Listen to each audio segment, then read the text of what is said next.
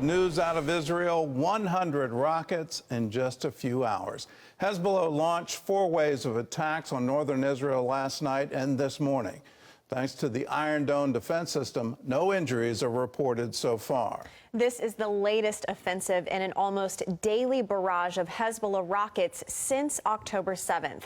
The attacks are taking a huge toll on the people, the environment, and the economy. Chris Mitchell reports from northern Israel. Since the almost daily barrage began, life here is a dangerous and potentially deadly place. Noah and Ner Baranes died in a rocket attack July 9th, leaving behind 3 children.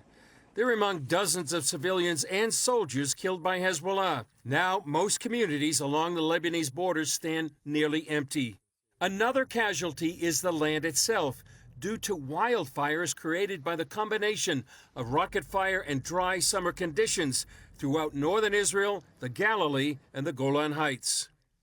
The fires started by Hezbollah rockets have destroyed tens of thousands of acres and thousands of trees, some planted as far back as 60 years ago. These are the worst forest fires in the history of Israel. Itamar Katz leads forestry efforts on the Golan Heights. I'm kind of young and I'm new in the system. I've only been in the Forest Service for 7 years. But all of the older generation, I mean, I see them, their whole life's work is going up in flames, and it's on purpose. I mean, somebody's doing this on purpose to us.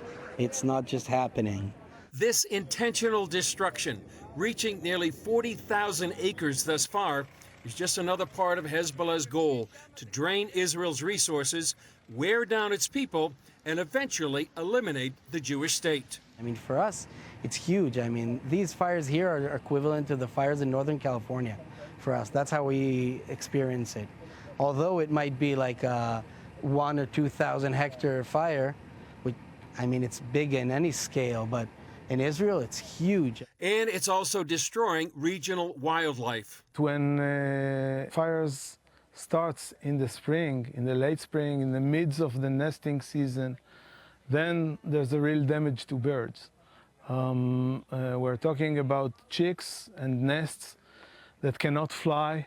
The parents are leaving, but the chicks are burning to their death, and the birds are losing a whole generation.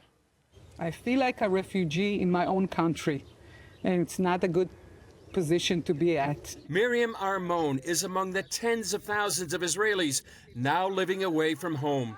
Before October 7th, her family had lived in the border community of Metula for 5 generations. The Hezbollah started the missiles, launching missiles toward Metula. Many houses got hit, mine included. But because of the Hezbollah, the terror organization, now attacking Israel, it's impossible to live up north.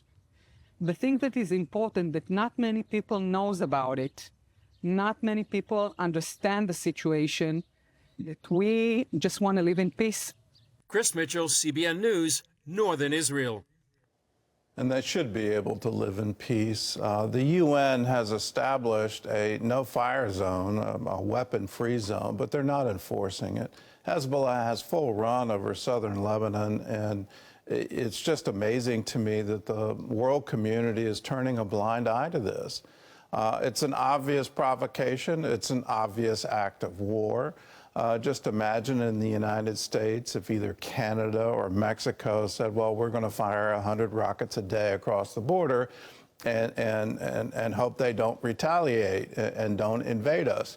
Well, you and I as Americans would say in your dreams, we're absolutely going to stop that. It's intolerable. You can't have a free country unless you're protecting your own borders and your own citizens from attack. So when Israel does launch a counteroffensive, and as much as I hate to say it, I think they have to, when they do that, I hope the international community sides with them and says this has to stop. There is an ideology being promulgated from Iran, and whether that's in the form of Hezbollah or in the form of Hamas or in the form of the Houthis, of all of these different groups either trying to shut down international shipping or wipe Israel off the map, it's all based on an ideology that's coming out of Iran.